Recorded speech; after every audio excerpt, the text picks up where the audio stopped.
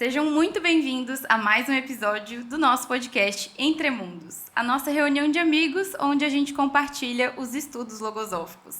E hoje eu tenho aqui convidados muito especiais que vieram de longe para participar do simpósio que teve aqui em Florianópolis, né? Simpósio juvenil.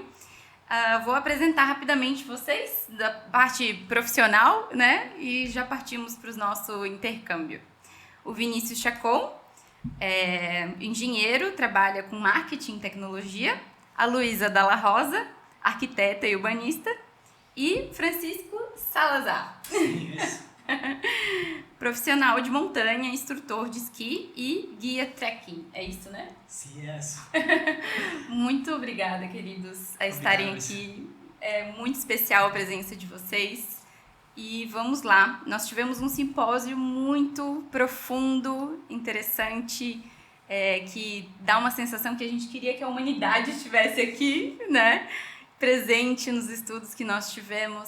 E essa é a nossa oportunidade, então, de trazer um pouquinho do que a gente viveu nesse simpósio, falando sobre o bem, falando sobre a valentia, sobre enfrentar os desafios ainda na juventude, né? E eu queria começar, então, falando um pouquinho que o Pecote, ele fala sobre superação humana como um grande processo contínuo, né? E ele define esse caminho, segundo a logosofia, né? Que a gente precisa experimentar, sentir, né? Viver dentro de nós. E aí, o que vocês têm experimentado, sentido, né? Porque eu confesso para vocês que para mim isso foi muito novo, né? Eu ouvia de muitas pessoas falas como, eu sou assim, eu gosto de ser assim, eu não vou mudar, né? Ou também, se quiser ser meu amigo, esse é o jeito que eu sou, né? E a logosofia vem trazer essa superação humana. O que vocês estão experimentando, vivendo sobre esse tema? Contem para nós. Luisa, sí. Yo soy de Bariloche, falta comentar. Es un lugar de montañas. ¿Y por qué es importante lo que traigo de Bariloche? Yo viví mucho la experiencia de ver la naturaleza avanzando y la belleza de la naturaleza. Y es un lugar, la naturaleza, que muchos, la mayoría que va a visitar, siente que está con algo superior, con una grandeza muy grande. Y yo me dedico a muchas actividades en la montaña, entonces tengo mucho tiempo para compartir y pensar ahí. Y siempre algo que me cuestionaba, inclusive me inquietaba mucho, era por qué, si la naturaleza es tan sabia de aprender, de sobrevivir ante tantas dificultades, en mi caso especial me era tan difícil. Y en el mundo común, cuando charlaba comúnmente con gente y mis amigos, encontraba que siempre habían excusas, problemas y la frase de somos así. Y yo, muy adentro mío, había una inquietud muy grande, una molestia de decir, pero yo puedo hacer las cosas mejor, porque sabía adentro que no había dado lo mejor. Y ahí traigo una cosa que creo muy importante, que se charló bastante en este aspecto, y nosotros vivimos mucho con la gente con quien estudiamos, nos encontramos en este simposio. Hay muchos ejemplos de prácticas para mejorar y superarse. ¿Cómo es esto? En la logosofía, el autor, González Pecoche, habla de que uno puede tomar como valor, como oportunidad de triunfo, como aspecto de triunfo, todas las oportunidades en aquellas que observe el error, aquel elemento que faltó para cumplir el siguiente paso. Y cuando leí esto la primera vez, la verdad que me sorprendió mucho, mucho. Porque me abrió una oportunidad de decir, tengo la posibilidad de hacerlo. Y en donde me atravesó mucho, en lo que yo quería. Yo soy alguien que en la montaña tengo muchas posibilidades de hacer muchas cosas. Amistades, actividades. Y es difícil para mí decidir cuál de todas hago. Voy a caminar, voy a escalar, voy a correr. ¿Me quedo en Bariloche o voy a estudiar algo que me genere economía y plata? ¿Acaso me dedico a las actividades diarias o formo una familia. Todo eso a mí me generaba muchas problemáticas para decir qué era lo que quería y en tomar las decisiones, al igual que cuando hacemos montaña, si no las tomamos con valentía, es difícil poder aprender de eso. Dudamos de todo lo que hacemos. Entonces uno de los aspectos que tomé fue ¿cómo hago para observar de estas oportunidades algo nuevo? Para eso tuve que trabajar con varios temas, pero creo que uno de los principales, a los cuales incluso invito a muchos de mis conocidos, porque sé que hemos charlado muchos, es el tema del querer, el concepto del querer. Antes tenía una idea de un concepto de querer que era algo divino, que aquellos que lo tenían y lo sabían era una oportunidad en 1.000.000, y no era algo que se podía trabajar. Hoy tengo un concepto de querer muy distinto y sé que es algo que se trabaja y que tenemos la capacidad todos, inclusive es una facultad. Así que invito a todos en pensar un poco lo que es el querer, y yo hago mucho ejercicio. Hoy me encuentro en Brasil compartiendo con mucha gente que trabaja en construir ese mundo que ellos quieren, en superar eso que ellos son para crear un humano mejor, una humanidad mejor. Y eso es, la verdad que es um pequeno elemento para compartilhar agora que me parece muito valioso. Muito bom. E isso sobre querer é muito profundo, né? Eu, na adolescência, eu seguia um pouco a maré, né? Ah, minhas amigas desejam isso, né? Desejam aquilo, então eu também vou desejar, né? Vou usar a calça jeans da moda, aquela coisa, né? O celular que é da fama. E quando eu comecei a estudar e comecei a ver o que eu realmente quero, isso é o que o meu coração está me dizendo que é o correto, né? Quantas vezes, às vezes, na adolescência teve uma brincadeirinha, né? Aquela coisinha que machuca as pessoas, mas a gente tem que fazer para se manter no grupo, né? Aquela coisa assim. E, na verdade, o querer estava dizendo outra coisa, né? Seja gentil, seja discreto, né? Tantos valores que parece que no mundo estão se perdendo. Cadê esses valores, né? Onde estão? E a gente precisa encontrar pessoas para a gente poder conversar sobre isso. Então, o simpósio ele foi assim uma cachoeira de energia para mim, de poder saber que mais de 400 jovens, né, só aqui, né, só por aqui, estão pensando em temas e valores tão importantes, né? Primeiro, muito obrigado pelo convite aqui para esse podcast. É uma alegria muito grande porque a gente saiu agora desse simpósio cheio de energia, assim, e eu comecei a recordar toda essa trajetória que eu vivi até agora, assim, né, com esses estudos, porque quando eu comecei, vou dar alguns passos atrás, assim, que eu tinha muitas perguntas, assim, quando eu era mais novo, assim, inquietudes, assim, sentido da vida, o que é isso que a gente está vivendo, queria viver num mundo bom, queria mudar o mundo, assim, e eu lembro que quando eu estava ali com 18, 19, 20 anos, eu comecei a ir em muitas palestras, palestras sobre propósito de vida, palestras sobre isso, sobre aquilo, vocação e tal, e essas perguntas sobre a vida voltaram com toda a força, assim. E eu lembro que eu era a pessoa que ficava até o final da palestra, ia falar com o palestrante para poder saber da vida dele, para saber como é que ele estava vivendo aquilo, e muitas vezes me decepcionava, porque ele não estava vivendo exatamente aquilo que ele estava falando. E eu ficava me perguntando, será que é possível a gente encontrar realmente o propósito de vida? E será que quando eu encontrar, eu vou ter certeza que eu encontrei o propósito? Ou será que sempre vai ficar uma dúvida de que eu estou no propósito certo? E eu lembro até hoje de uma palestra que eu fui, que foi um esquema de rodas, uma roda dentro da outra, círculos concêntricos, né? E eu sentei bem numa rodinha ali do meio, e o palestrante foi começar essa palestra assim, ele chegou, sentou do meu lado assim, pegou meu crachá e falou assim, Vinícius, qual que é o seu propósito de vida? Uau! Foi o começo da palestra, assim. Só isso! Aí eu me arrependi de ter estado bem no meio ali na cadeira vazia, enfim. Mas aí eu respondi, eu estava formando naquele momento, assim, de que o meu propósito era mudar o mundo, mas me envolver em algum projeto e eu pudesse impactar o maior número de pessoas da forma mais profunda possível. Eu tinha isso para mim. Só que eu não consegui encontrar que projeto que eu poderia me dedicar. Eu não sei se é um pensamento muito de engenheiro, talvez, mas eu ficava com medo de chegar lá na frente e perceber que eu tinha me dedicado para um projeto que não tinha sido o melhor, o que mais fizesse a diferença no mundo. Ou que fizesse diferença de verdade no mundo também, né? E, enfim, nessas perguntas foram anos ali buscando. E eu tinha, nessa época, um amigo da faculdade que ele já estudava logosofia, comecei a conversar mais com ele, comecei a participar de algumas atividades da fundação, né? E eu encontrei justamente esse ambiente que você comentou, no qual as pessoas conversam sobre esses temas.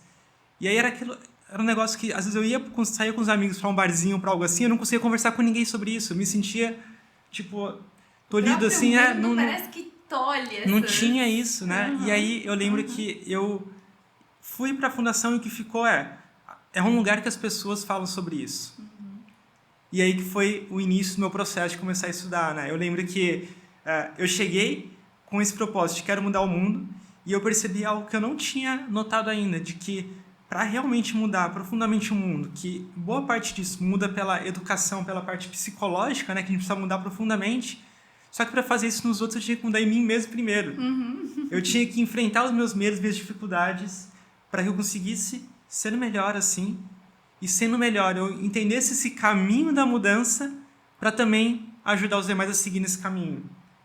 Que é um desafio muito diferente, assim. E aí foi onde comecei e onde hoje eu acredito que é um dos melhores caminhos, assim, para a gente mudar a humanidade para uma humanidade melhor, assim. Sim, e na educação, né, na área da pedagogia, eu busquei também esse caminho, essa metodologia de ensino que vá transformar o mundo, também muito entusiasta. E o que eu me deparei com várias metodologias técnicas, né, que ensinavam uma parte ou ilustravam uma parte da psicologia humana, às vezes do emocional, vamos dizer assim. Mas era sempre um autor falando dos outros. Porque os adolescentes são assim, as crianças são desse jeito. Tá, mas e aquele autor, ele não fala sobre ele? Ele não fala assim o que passa na mente dele, né? Isso me inquietava muito. Porque eu li muito, gente, eu fui muito atrás. Porque, poxa, uma professora precisa conhecer uma mente, né? O desenvolvimento infantil em todos os aspectos, né? Como é que uma criança aprende? Como é que uma criança se estimula a querer o saber? Como é que uma criança busca a paz, né? Para por fim a um conflito entre elas? E aí eu fiquei, onde que eu vou encontrar esse conhecimento, né? Se todas essas teorias, essas metodologias, elas vão sempre para o externo, falando do outro, né? E aí foi onde eu encontrei esse estudo que fala de mim primeiro. Então, se eu vejo a irritabilidade em mim, como é que ela funciona em mim, eu vou conseguir aprender a ajudar o outro. Então, e esse é um dos princípios da logosofia. Eu primeiro aprendo para mim, eu me educo para poder ensinar e compartilhar esse conhecimento com os demais, né?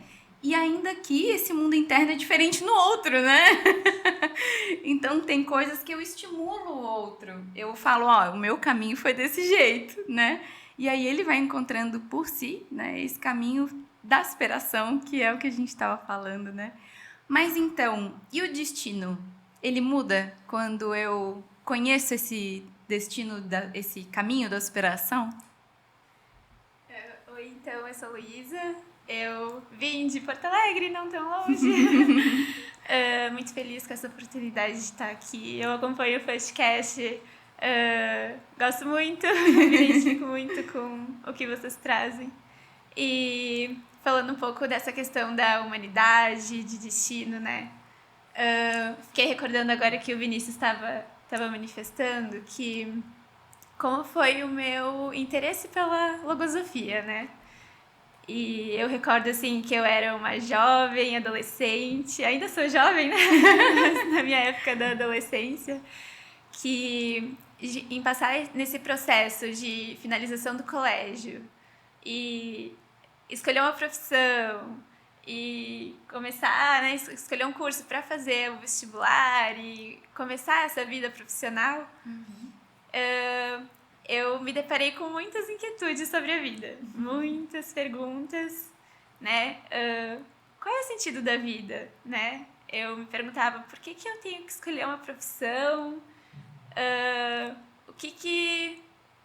qual que é o meu futuro, né? Qual que vai ser o meu destino? Como é que eu vou construir o meu destino a partir de uma profissão? Será que eu preciso me limitar a só uma profissão, né? Para construir o meu futuro, né? Para pensar no meu futuro?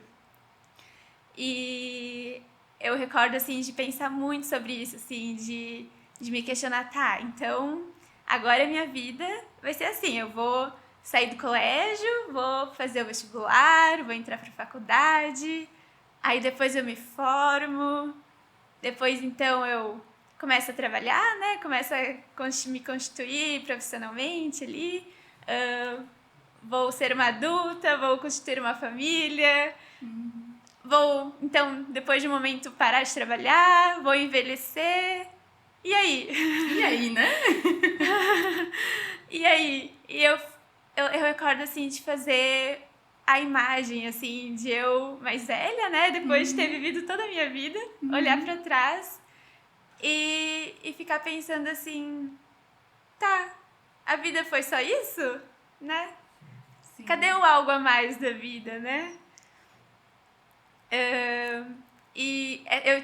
Eu recordo, assim, de ter muitas essas inquietudes presentes, assim, no meu interno. E foi nesse momento que eu, na verdade, eu já conhecia a logosofia, porque meus pais são estudantes. Então, eu já sabia o que era logosofia, né? Na verdade, o que é logosofia a gente vai descobrindo ao longo do processo, muito, né? Essa é uma pergunta, né? O que é logosofia é bem difícil. Sim. É muito amplo, né? Envolve toda a vida, né? Então, eu recordo, assim, de então, começar a me aproximar mais, né? Da logosofia nesse momento da minha vida. E foi muito especial, assim, porque foi entrando em contato com essa obra de bem que eu comecei a ter algumas primeiras respostas, né? Digamos assim, porque as respostas a gente vai construindo, né? Tudo a gente aprende, assim, na logosofia, que tudo é um processo, né? Tudo a gente vai construindo a partir do conhecimento e das experiências. E ali, então, nesse momento, eu comecei a ter esse primeiro contato, essas primeiras respostas, né? E que eu sentia, assim, que ia preenchendo o meu interno. Porque essas inquietudes, elas movimentavam, mas ainda existia um vazio, porque faltava alguma coisa ali, né? Faltava os elementos, os conhecimentos. E então, eu fui começando, né? Foi ali que eu comecei a dar início, então, a esse processo e a começar a ir em busca dessas respostas. E daí, pensando no simpósio, né, que a gente viveu agora, nessa minha etapa de vida, eu olhava para a humanidade também e eu não tinha esperanças, assim. Eu sempre fui muito desde o colégio, assim, a escola que eu estudei sempre estimulou muito, assim, essa consciência em relação ao meio ambiente. E eu sempre tive muito esse lado mais, assim, de cuidado com o meio ambiente, né? Nesse aspecto mais físico. E eu olhava, assim, para as pessoas ao meu redor e as pessoas não tinham esse cuidado. E eu ficava muito impressionada com isso e muito triste com isso. Porque eu olhava, assim, e eu via que, nossa, as pessoas não têm essa consciência de cuidar do meio ambiente, né? Mas eu focava muito para fora, né? E eu quando eu olhava para a humanidade, eu tinha essa desesperança, porque olhava tudo que estava acontecendo, né? De desastres ambientais, as pessoas ali do meu lado nem separando lixo, né? Então, eu tinha muito essa desesperança, assim, na humanidade. E depois que eu conheci a logosofia, essa esperança foi retomada, porque a gente vai vivendo uma realidade diferente, né? Uma realidade voltada para nós mesmos. E a gente vai descobrindo que a humanidade tem muito, muito, muito um valor muito grande e que é a partir desses valores e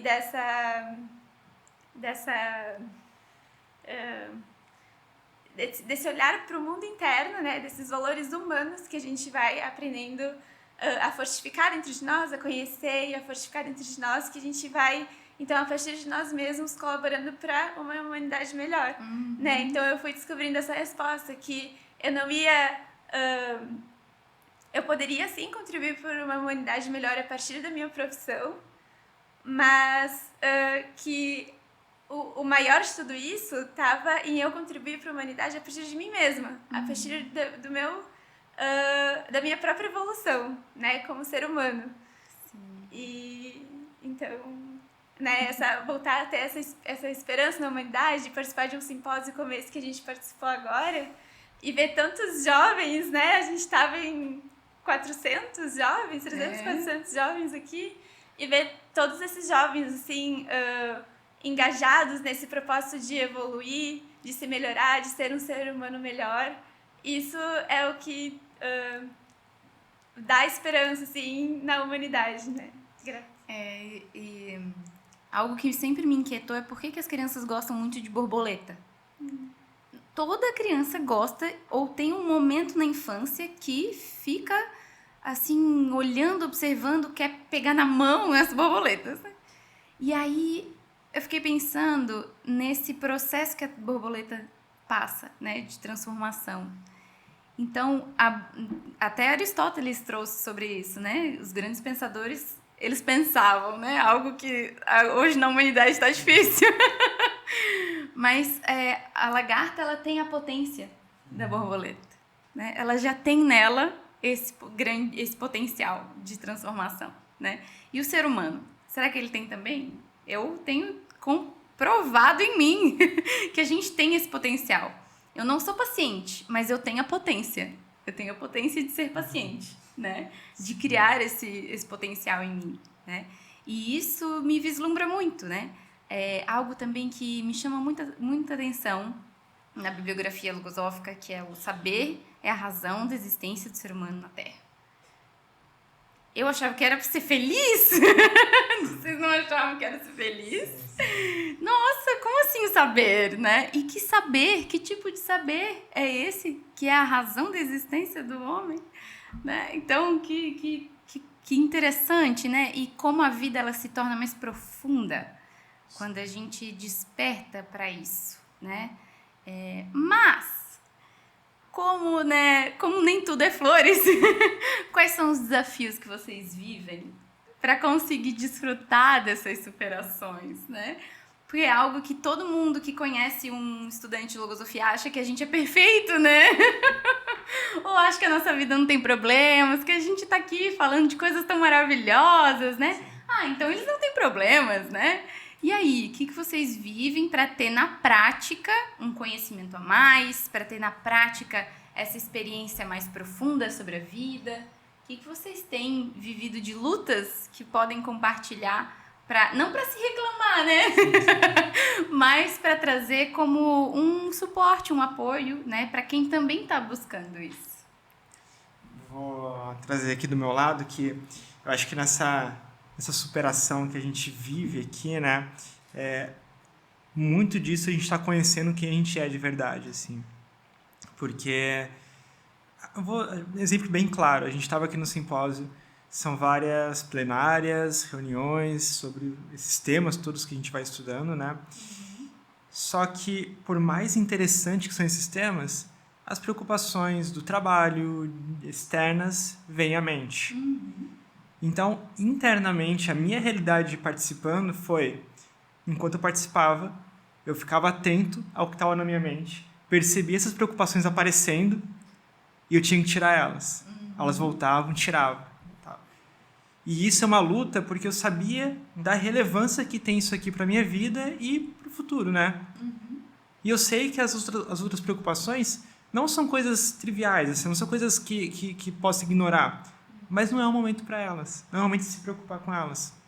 Só que elas vêm atrapalhar esse outro momento. Elas vêm fora de hora. Então, um aspecto que eu vivi aqui, vivo em diferentes lugares, vivo em diferentes momentos, acho que todos nós vivemos de certa forma, né? É ter defesas na mente, a gente chama de defesas mentais, né? Que vão me permitir manter a mente organizada ali para evitar com que essas distrações apareçam, com que alguma coisa atrapalhe o meu propósito que eu estou realizando. Na prática estou ali assistindo a plenária, vai aparecer distração, quase que dá para enxergar, tipo, mentalmente dá para enxergar, tipo, não é físico assim, mas dá para enxergar. E aí eu uso alguns recursos assim mentais, da imaginação mesmo para resolver isso, tipo, uma paga borracha, um taco de beisebol assim, atira assim, são vários recursos assim. Mas eu percebo essa luta que tem e aí tira. Aí daqui a pouquinho tá aparecendo, tira de novo. E eu vou fazendo isso, que eu sei que talvez na primeira, segunda, terceira não vai tirar, mas a quarta vez não vai voltar a aparecer. E quanto mais eu consiga ampliar essa preocupação que eu estou vivendo agora, né, menos essas recordações, essas coisas fora de hora vão aparecer. Então, mais eu consigo manter minha mente em cima de um só assunto. Então, essa realidade que já foi tratada aqui extensamente em outros episódios, né, do podcast sobre os pensamentos, né, é algo que, na minha realidade, é um dos principais pontos que pode fazer a humanidade mudar. A gente conseguir enxergar esses pensamentos, conseguir controlar quais estão na nossa mente e conseguir ter os melhores cultivados, assim.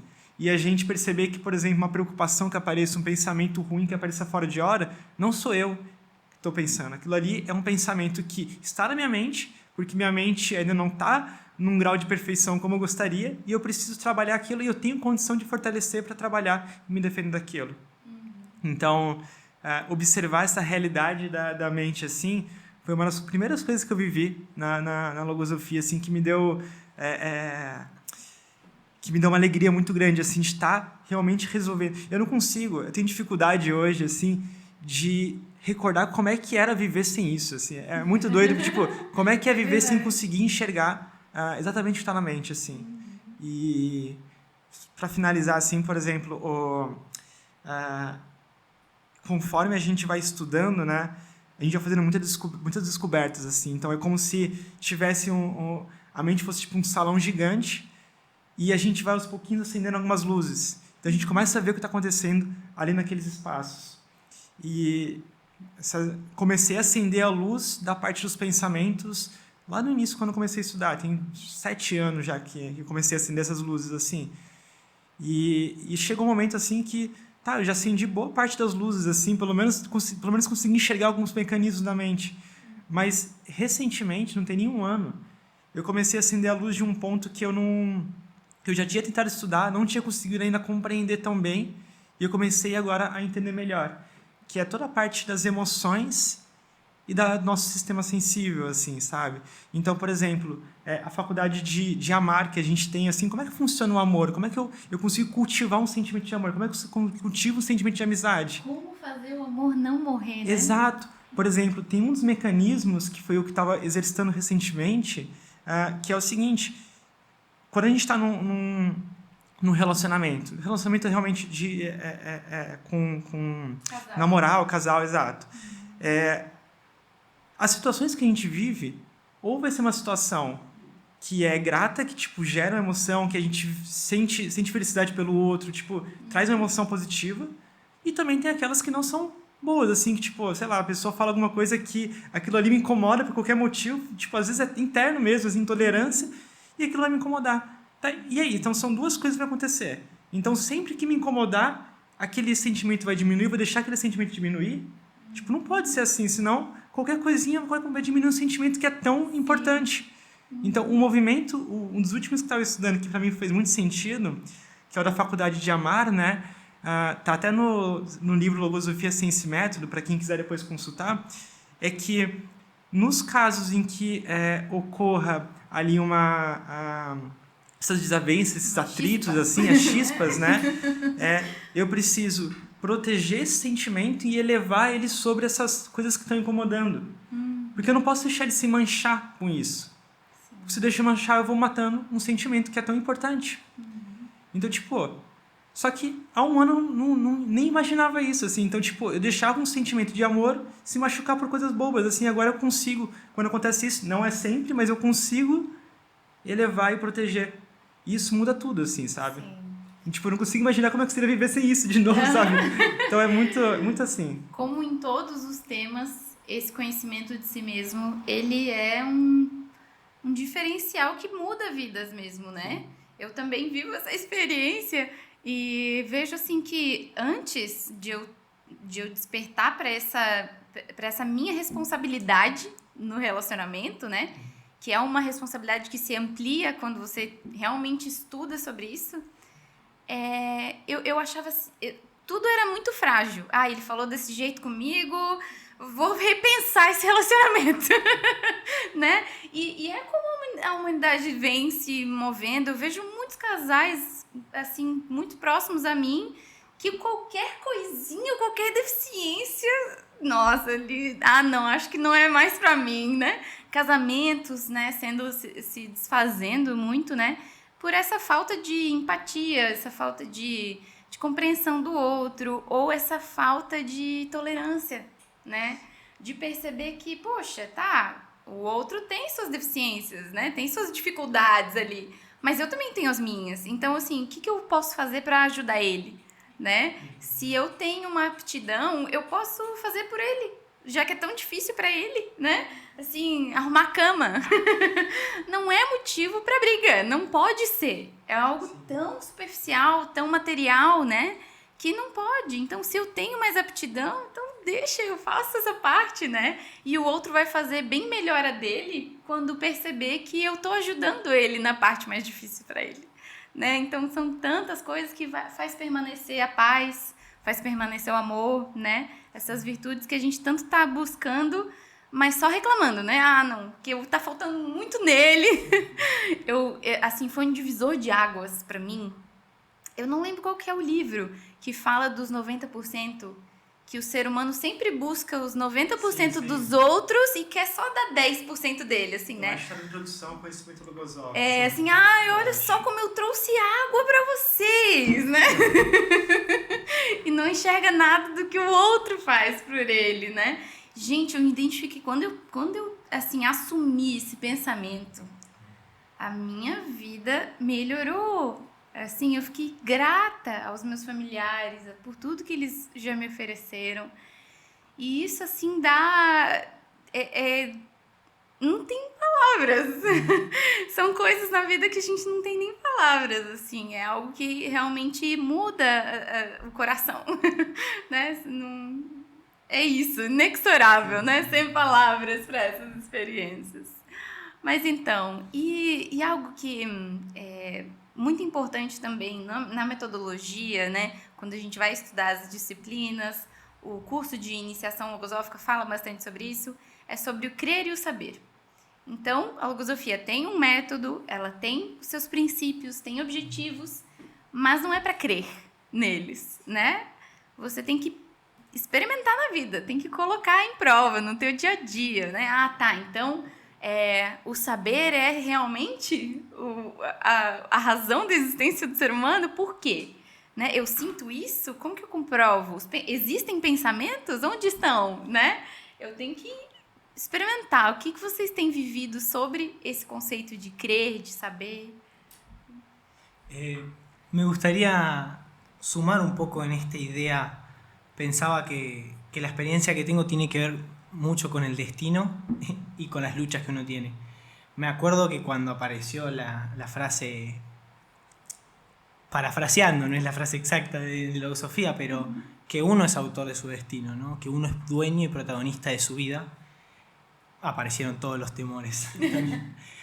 Y habían, como en muchos lados, a veces aparecen muchas recetas, pero en logosofía decía que los recursos estaban en uno mismo. Y a través del conocimiento de uno mismo uno podía generar ese destino. Y no fue fácil, pero una experiencia que me suma mucho, y ahí aplico lo que no es creer y saber. Cuando leí que en la logosofía decía que los pensamientos tenían vida y explica un poco cómo estos se mueven adentro de la vida y cómo uno los observa, los entiende, los palpa, parecía tan fácil verlo, decir, ¿cómo no lo vi antes? Pero seguía creyendo, todavía no lo podía comprobar. Pasaron varias experiencias donde creía que ya había observado los pensamientos andando. Y no fue hasta que algo que habla la logosofía es no solo creer, sino comprobar y realizar. Lo hice cuando pude compartirlo en una clase, ¿no? Yo venía con un pensamiento trabajando el pensamiento de la impaciencia. Y muchos de mis amigos me han dicho que yo era muy paciente. Y yo pensé que era muy paciente. Y tuve una oportunidad que marcó que no era tan paciente y otra donde pude practicar un cambio de concepto y ver los recursos que tenía dentro. La primera era con mi familia. Con las familias es un gran elemento donde practicar los pensamientos y más porque uno se acostumbra a la manera en que ha vivido, ¿no? Y la logosofía, una de las cosas que hace es mirar el mundo interno y ver qué es lo que pasa normalmente cuando estamos viviendo un momento. Y en mi familia me es difícil ver lo que estoy viviendo porque es más fácil ver el espejo y reaccionar. Y me acuerdo que estaba con mi mamá y con mi familia, en verdad, en general, y veo que es algo que me genera reacciones, que no puedo, que la paciencia que tanto tenía no estaba. Y observo que mucho es problema interno, es mucho de lo que pasa internamente. Son pensamientos que uno, si los pone bajo la luz y los observa, se da cuenta que no tienen tanta lógica. Que inclusive si tuviese que charlarlo con algunos amigos o si se lo tuviese que compartir a alguien que quiere, dice, este pensamiento no está bien, no permite construir y tampoco te permite superarse, ¿no? Y si uno pensara manejar a su vida bajo esos pensamientos, estoy seguro, o por lo menos yo estoy seguro que no me gustaría vivir bajo esos pensamientos.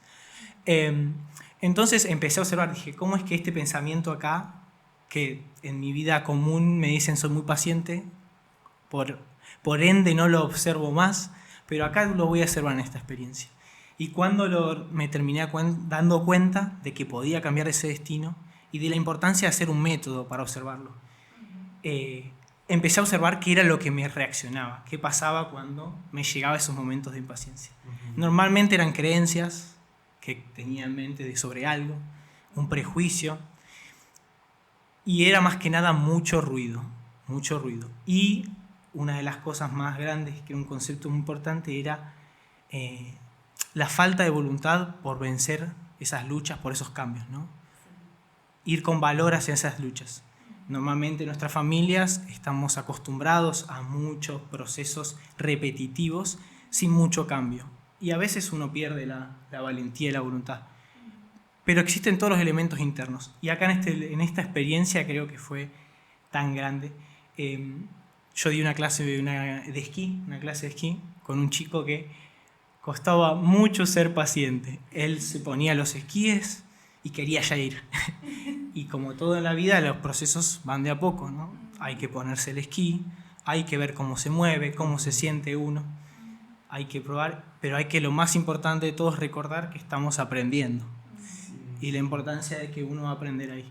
Y le digo, el aprendizaje requiere paciencia, le digo. Y él entraba por un oído y iba por el otro. Hasta que encontré algo que a él sí le interesaba mucho, que eran los autos. Y yo le decía, empecé a preguntar, ¿no? Y en sus conocimientos él interno empezó a reconocer la importancia de las cosas que uno quiere, les toma su tiempo, ¿no? Y aprende inclusive de lo bueno y de lo malo. Él en eso lo tenía muy claro. Él sabía que para un auto había que iniciarlo, tenía que tener combustible, tenía que cuidarlo, porque su juguete, su auto lo cuidaba. Entonces trabajé para que todo eso que estamos viviendo, un poco relacionarlo con su vida.